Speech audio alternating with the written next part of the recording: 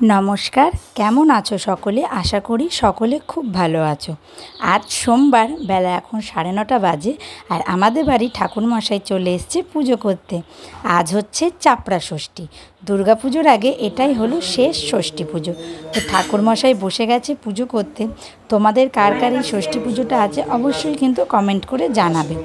আর আমাদের অনেক রকম পুজোই আছে, যেমন মূল ষষ্ঠী, তারপর আম ষষ্ঠী, তো সেরকম চাপড়া ষষ্ঠীও আছে।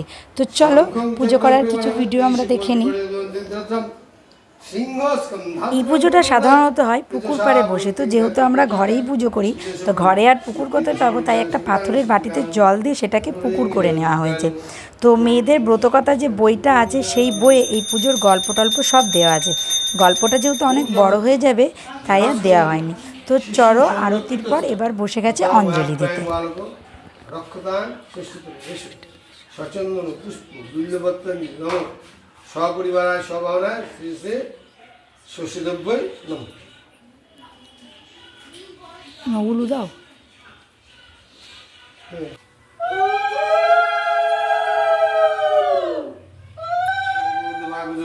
সহজনে বারাবরঞ্জন মচ্ছিদ্রমস্তু হৃদয় হোম শান্তিরম শান্তি বিশ্বদেব।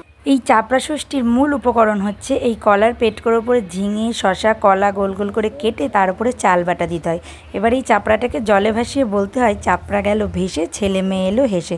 যেহেতু সন্তানের মঙ্গল কামনায় এই ষষ্ঠী পুজোগুলো করা হয়। চাপড়ানরা ভাসানো হয়ে গেছে, তো মনে হচ্ছিল না এই দিঘির পাড় ছেড়ে বাড়ি আসি, এত সুন্দর লাগছিল থাকতে।